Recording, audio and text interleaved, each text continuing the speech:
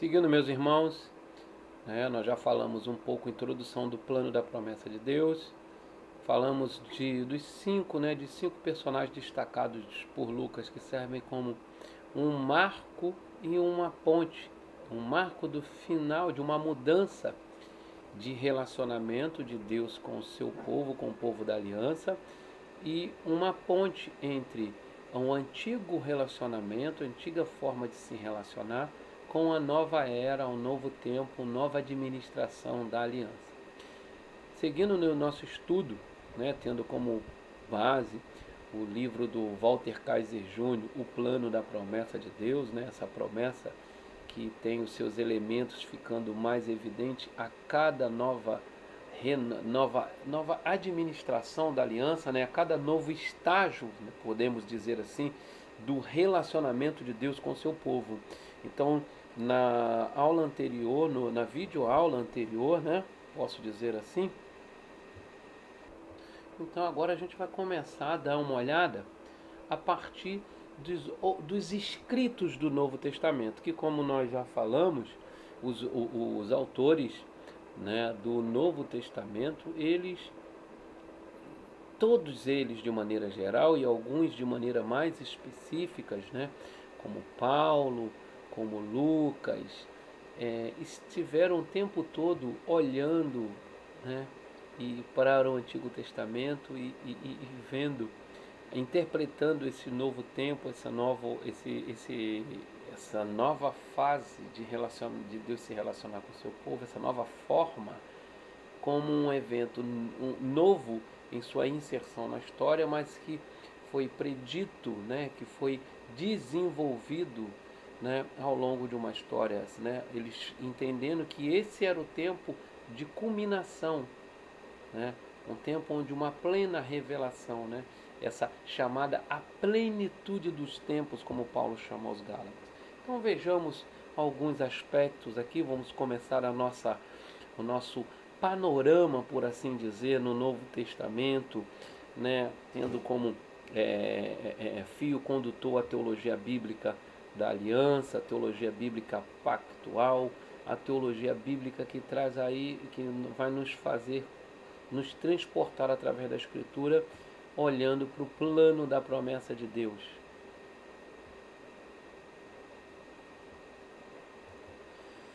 O plano da promessa de Deus no Novo Testamento. Nós começamos falando, no vídeo passado, dos elementos que serviram como ponte e marcos. Agora, olhando para o Novo Testamento, nós começamos com uma citação do Walter Kaiser Jr., Ipsiliteris, que diz o seguinte: Deus chamou um homem que havia se proposto a destruir a igreja, Saulo de Tarso, Atos 8:3, para que fosse um instrumento divino por meio do qual ele edificaria e estabeleceria o corpo de Cristo de uma ponta a outra do Mediterrâneo.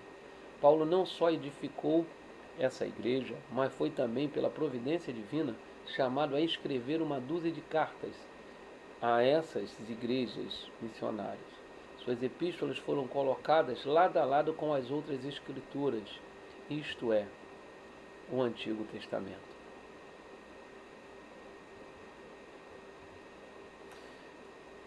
Poucas áreas na teologia bíblica são mais difíceis e suscitam mais paixão e discussão, às vezes discussões infrutíferas, do que a relação do Evangelho da promessa com a lei de Deus. Como a gente tem falado muitas e repetidas vezes, a dificuldade que a maioria de nós, como igreja, como povo de Deus, no trato com a Bíblia, com as Escrituras, temos dificuldade de harmonizar o Antigo e o Novo Testamento, de perceber essa continuidade, esse progresso na revelação e essa relação que não é conflituosa, apesar de aparentemente conflituosa, da lei e da graça, ou do Evangelho e a lei, como se a lei não tivesse o Evangelho. Contudo, seguindo aqui no slide, a relação Evangelho da promessa com a lei de Deus suscita muita discussão. Contudo, o que parece estar mais na forma, contudo, parece que essa dificuldade está mais na forma como entendemos nos dias de hoje, o modo pelo qual a lei no Antigo Testamento se relaciona com a promessa do Evangelho, do que o modo como o Evangelho se relaciona com a lei. Então parece que o problema está mais na forma como entendemos hoje o modo como a lei se relaciona com o Evangelho, do que como o Evangelho se relaciona com a lei.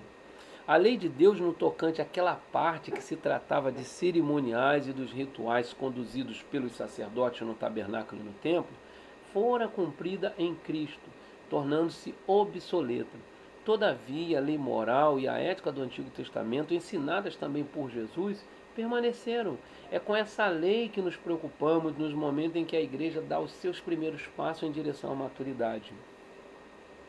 É muito interessante que quando Jesus, no sermão clássico de Jesus no Novo Testamento, chamado Sermão do Monte, os elementos éticos presentes no Antigo Testamento, eles são todos reiterados ali no Sermão do Monte, deixando muito claro que não há uma contradição, que não há uma oposição no que é ensinado a partir de Jesus com o que era ensinado até Jesus. Então vamos dar uma olhadinha de maneira muito breve em algumas coisas. Por exemplo, a teologia de Tiago, né? Quando a gente fala de relação da lei, da graça, da lei e o evangelho, vem logo à nossa mente carta aos Gálatas e a carta de Tiago. Tiago escreve para protestar contra o mundanismo e endereça especialmente ao judeu e ainda endereça especialmente ao judeu, como fica claro no conteúdo da sua carta, já no capítulo 1, verso 1. A carta é breve, mas deixa claro que o autor é um profundo conhecedor do Antigo Testamento. Os comentaristas apontam cerca de 22 referências diretas e indiretas.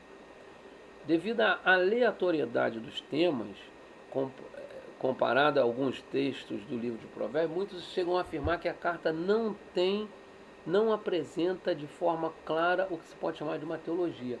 E é verdade, a gente percebe na leitura da carta aos Tiagos esses temas, ou pequenos temas, pequenos assuntos que ele toca muito de maneira, às vezes, superficial, ou de maneira dura e curta, né? Ele não desenvolve muito, mas ele é assertivo, ele é duro, né? Por exemplo, um texto que me chama muita atenção é aquela porção em Tiago quando os homens falam, né? Vocês dizem, né, iremos a tal lugar e a tal lugar faremos, negociaremos, venderemos e retornaremos, né?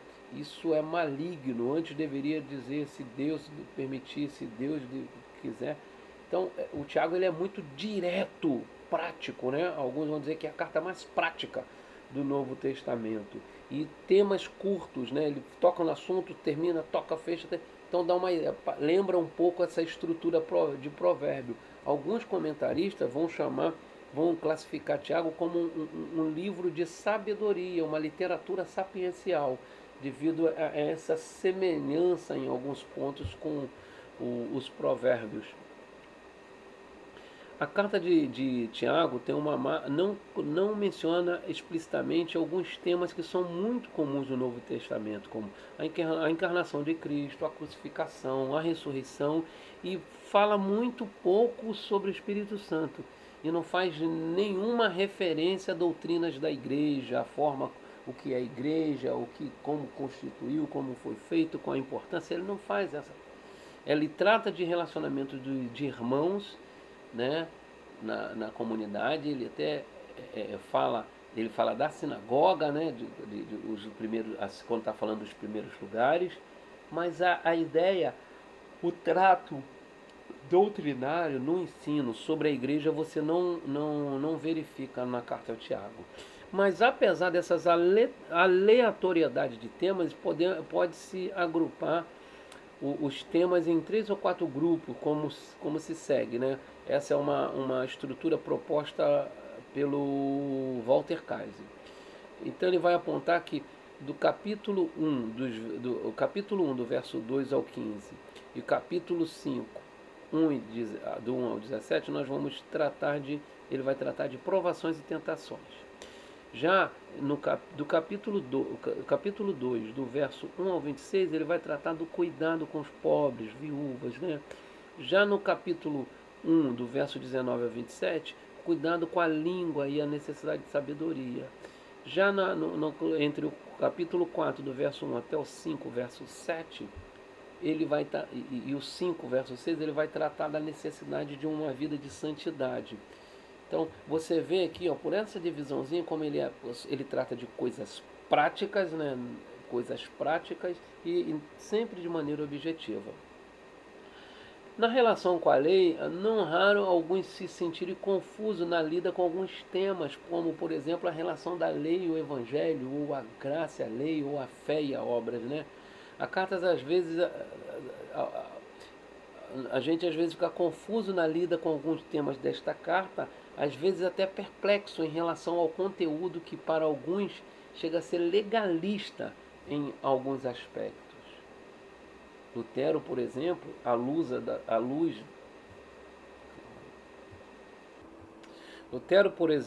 da sua teologia da relação lei e evangelho, considerou esta uma epístola de palha.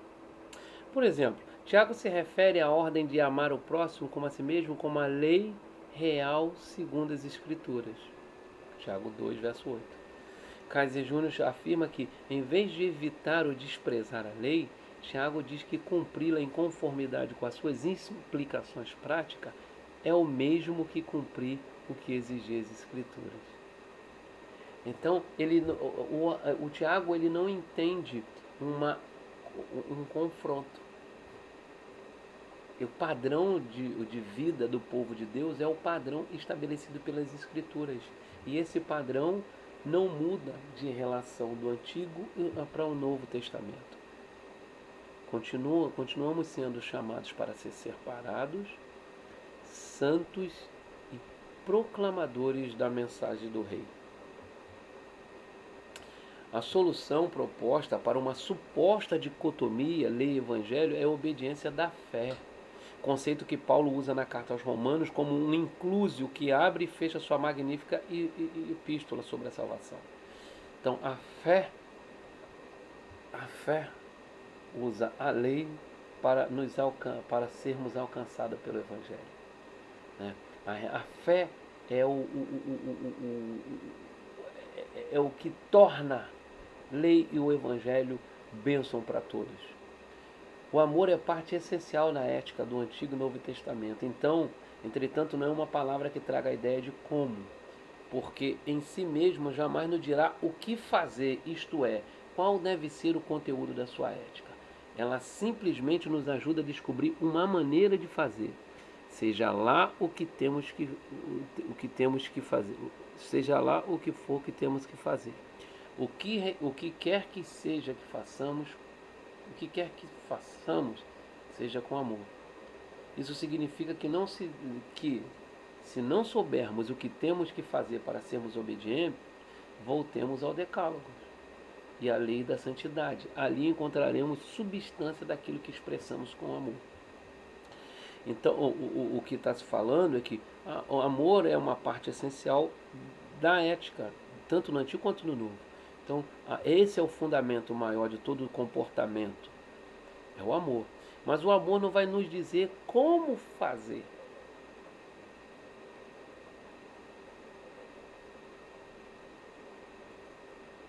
Nem o que fazer. Isto é, ele não vai dizer qual. Ele não é uma palavra que nos traga a ideia de como, porque em si mesmo jamais dirá o que fazer. Isto é, qual deve ser o conteúdo da sua ética. Ela simplesmente nos ajuda a descobrir uma maneira de fazer. Seja lá o que temos que fazer. O que quer que seja, façamos com amor. Isso significa que, se não soubermos o que temos de fazer para sermos obedientes, voltemos ao decálogo da lei de santidade. Então, o que o amor vai dizer? Cara, você tem que fazer alguma coisa. Se tem alguém enfermo, se tem alguém necessitado, se tem alguém... Você tem que fazer alguma coisa. Ah, mas fazer o quê? Você tem que fazer. Volte à lei, Volte ao Evangelho que você vai descobrir o que tem que fazer, mas o amor te impulsiona a fazer. Entendeu? Ali encontraremos a substância, o conteúdo, né? O que é que faremos com amor. Já na carta às Gálatas, nós vemos ali o Paulo, ele nos presenteando, né, nos abençoando, trazendo luz e clareza para que nós olhemos para o que está acontecendo agora em Jesus, após a morte e a ressurreição, tudo aquilo que está sendo vivenciado, tudo aquilo que está acontecendo, todo aquele avançar na história e da história tem uma explicação para Paulo, e é no Antigo Testamento. E a carta aos Gálatas talvez seja a que melhor, a que mais nos lança clareza sobre esse plano, sobre a essência desse plano eterno de Deus. Poucos textos no Novo Testamento faz tanta referência e dá tamanha ênfase à promessa como o capítulo 3 da carta aos Gálatas. Uma vez que Deus fizera a promessa a Abraão 430 anos antes da lei, era simplesmente impossível cancelar a promessa que ele fizera. Vamos ler o capítulo 3 da carta aos Gálatas, para ficar bem na nossa mente o que a gente vai conversar agora um pouco. Vamos lá, deixa eu molhar o bico, né?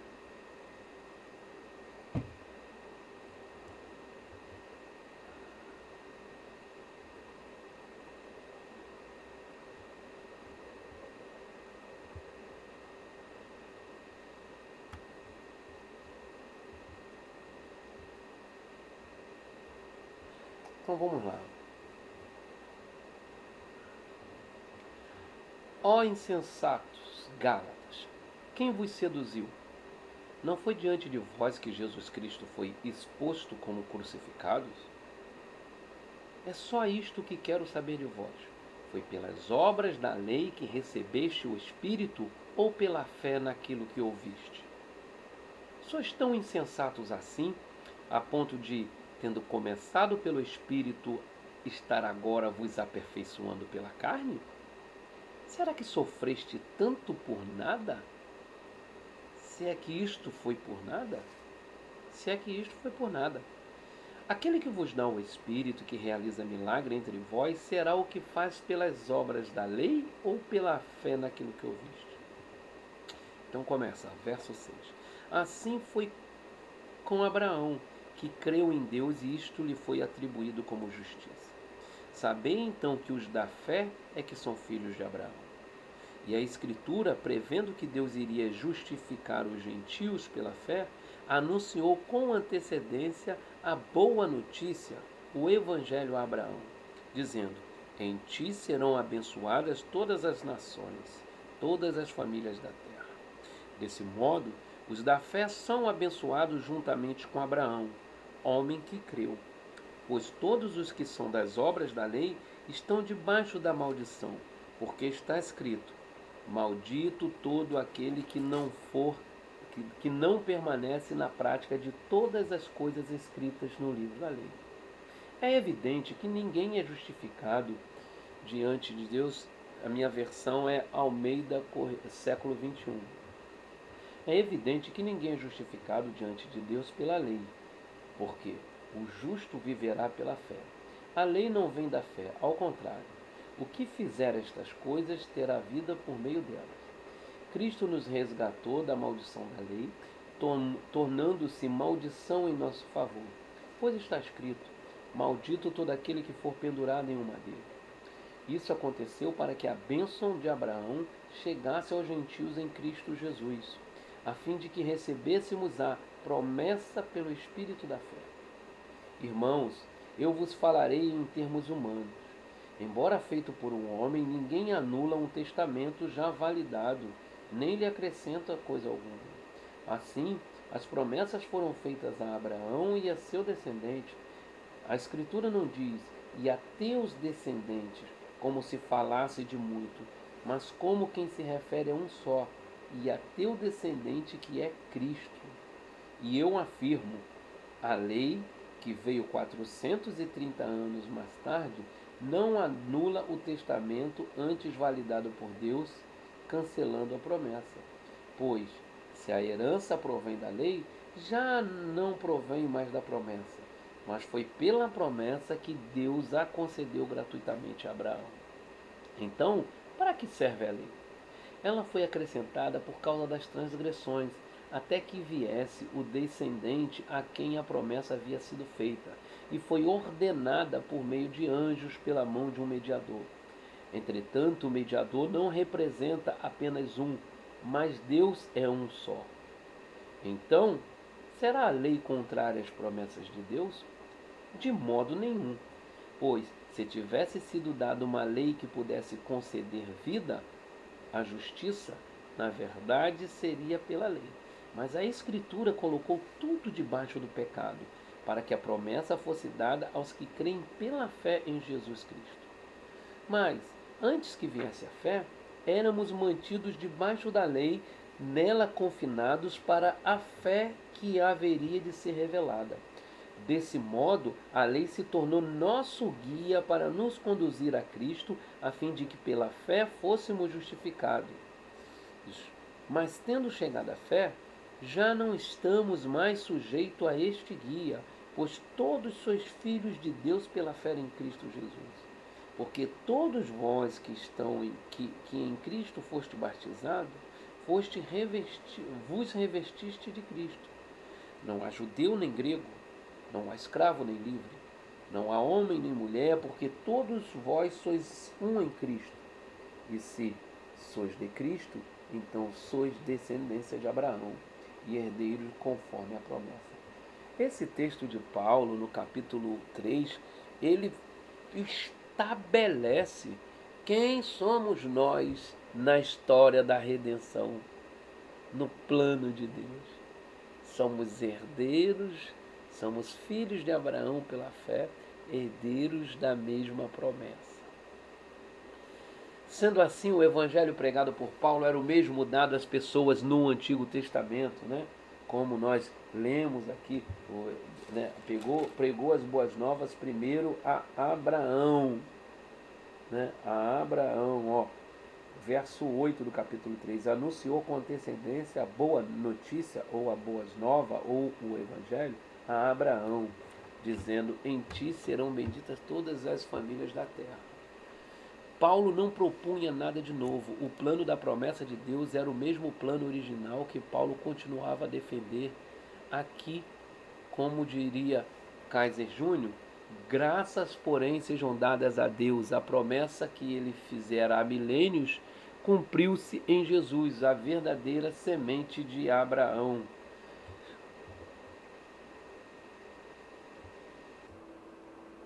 Meus irmãos, eu acho que eu fiz alguma confusão, mas vamos lá. Eu estava dando uma lida aqui agora no slide e eu fui fazer uma correção, eu me perdi em alguma coisa. Mas vamos lá. Paulo afirma que o evangelho foi dado por antecipação a Abraão. Esse evangelho, segundo Gênesis 12, 3, dizia que em ti seriam benditas todas as nações. Portanto, Abraão foi pré-evangelizado por meio da palavra que Paulo chama no verso 8 de boas novas. As promessas foram feitas a Abraão e a seu descendente. Como Paulo diz, aqui não são descendentes, mas seu descendente. A Escritura não diz e a seus descendentes, mas como se falasse de muito, mas como quem se refere a um só, e a teu descendente que é Cristo. Sendo assim, o evangelho pregado por Paulo era o mesmo dado às pessoas no Antigo Testamento. Paulo não propunha nada de novo. O plano da promessa de Deus era o mesmo plano original que Paulo continuava a defender aqui. Como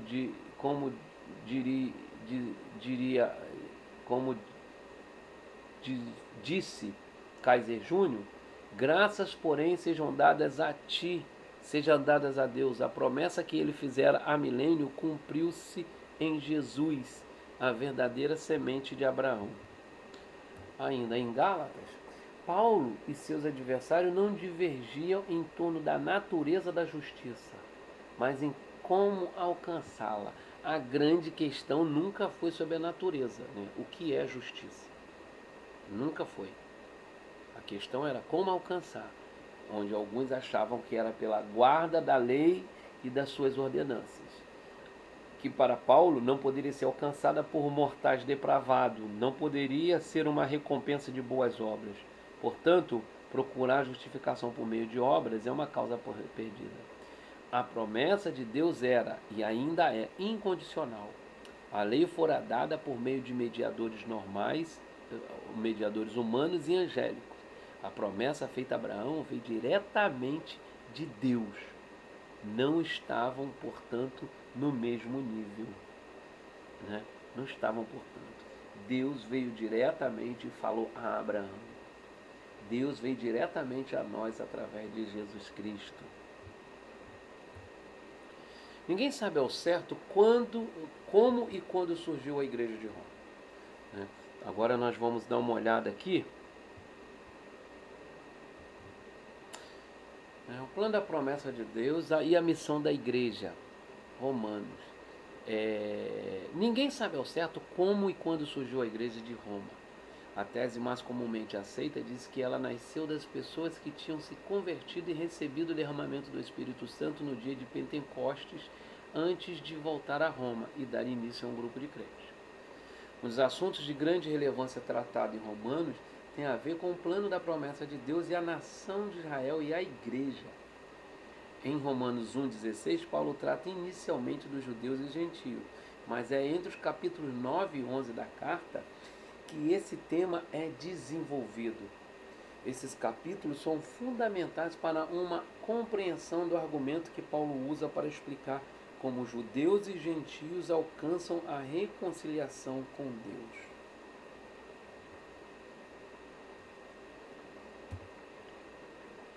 Nós vamos estar colocando no início desse no roteiro dessa aula como leitura obrigatória o texto de Paulo, Romanos capítulo 9, do capítulo 9 até o capítulo 11, né? Porque é preciso, esse livro do esse livro do Walter Kaiser, ele requer de nós essa preocupação, né? De estar com a Bíblia em punhos, com a Bíblia aberta, lendo e relendo o texto.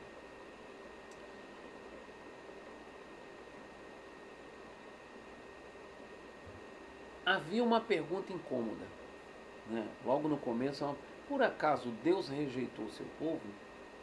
A resposta é negativa, porque as promessas de Deus são irrevogáveis, conforme Romanos 11. Seja de que tipo for essa rejeição, a ideia é que ela é temporária. Deus não esquecerá de sua palavra, porque ele não pode falhar. No passado remoto, Deus escolhera Isaac e não Ismael, Jacó e não Esaú. Neste caso, há injustiça da parte de Deus?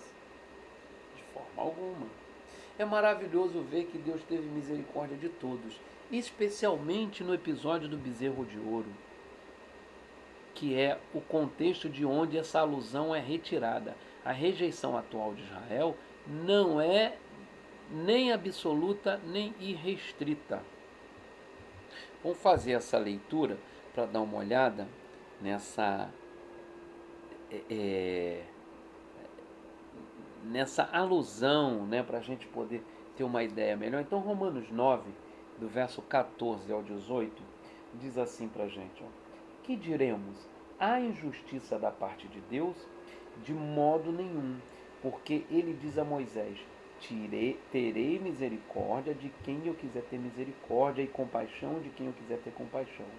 Assim, isso não depende da vontade nem do esforço de alguém, mas de Deus mostrar misericórdia. Pois a Escritura diz ao Faraó: para isto mesmo te levantei, para mostrar em ti o meu poder e para que meu nome seja anunciado em toda a terra. Portanto, ele tem misericórdia de quem quer e endurece a quem quer. Vamos ler agora Êxodo 32, verso 34.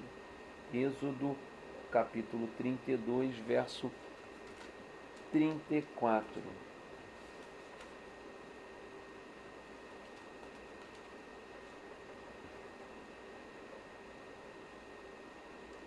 Não, aí já é Êxodo, do 32 ao 34. Desculpa, meus irmãos, eu fiz a leitura errada.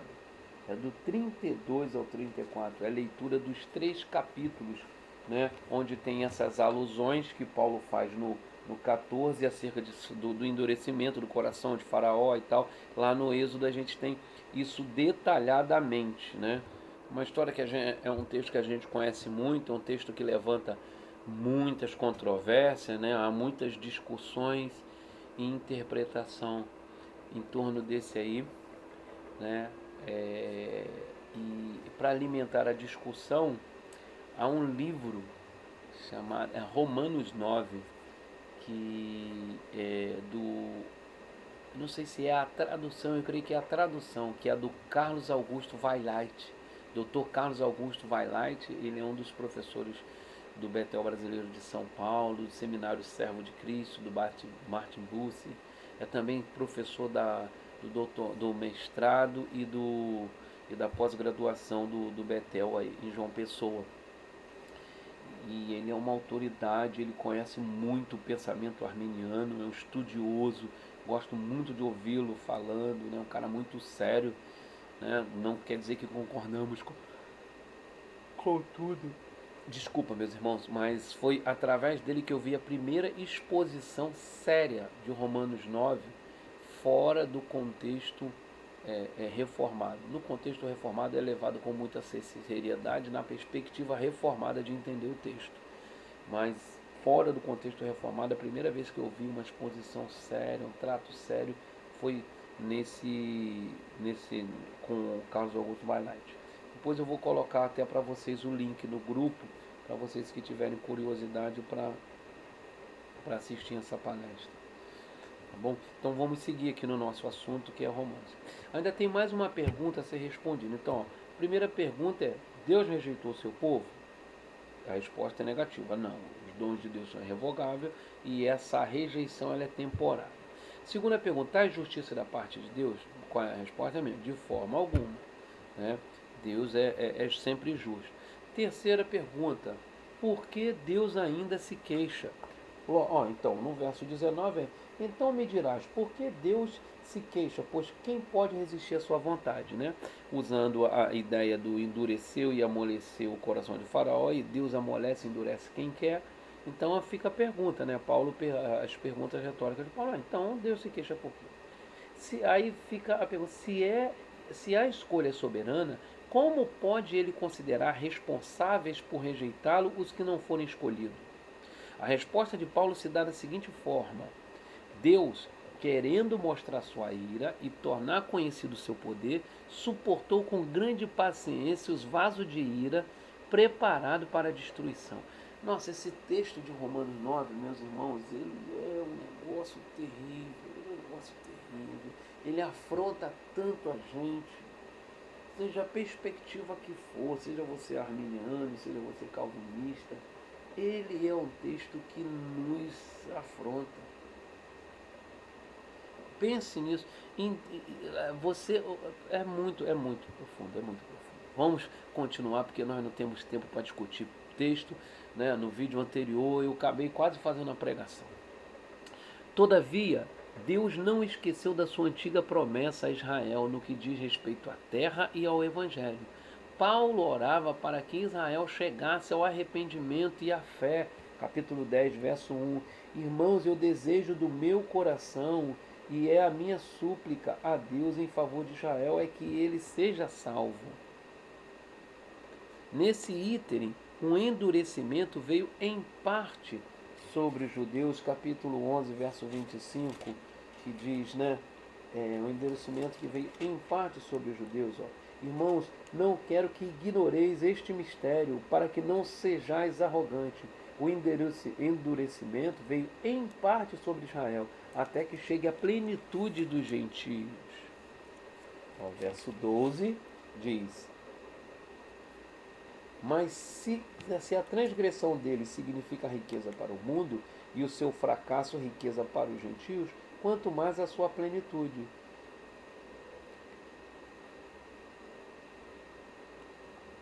Quanto mais a sua plenitude.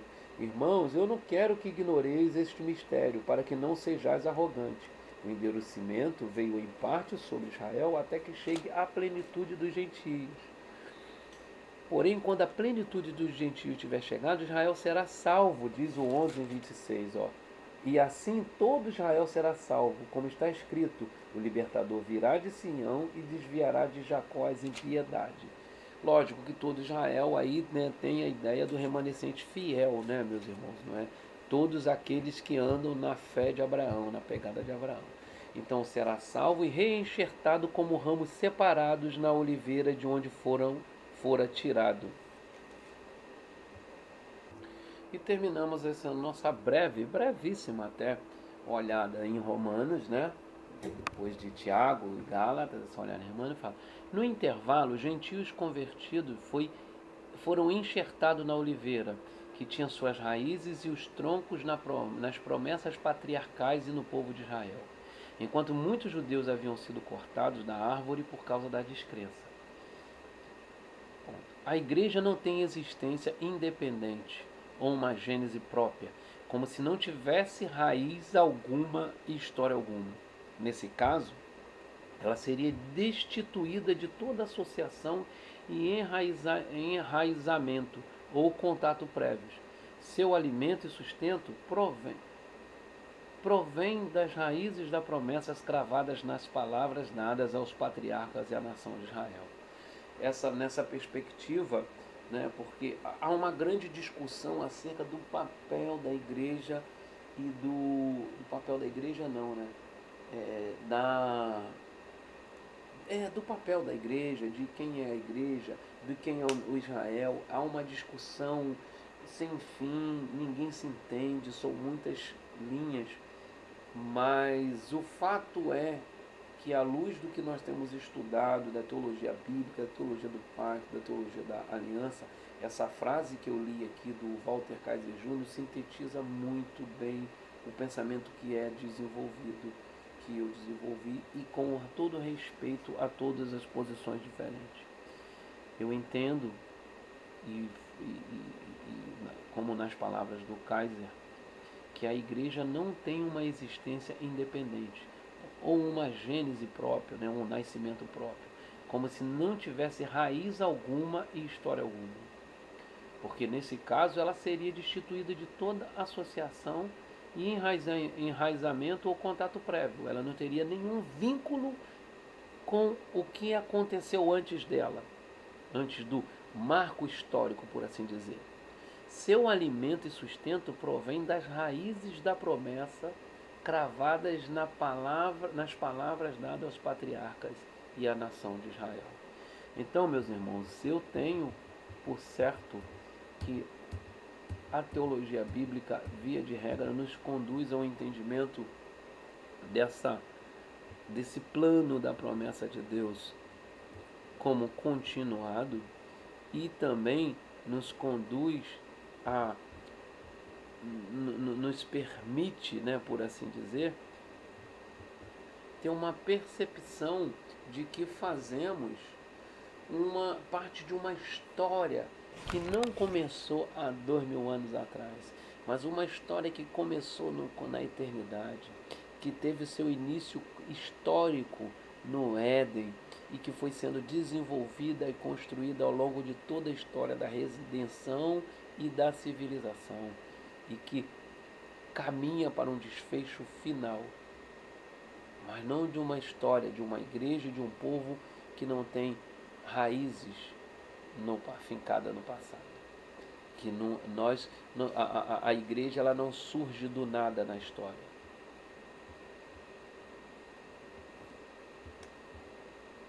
Deus nos abençoe. Chegamos ao fim desse vídeo.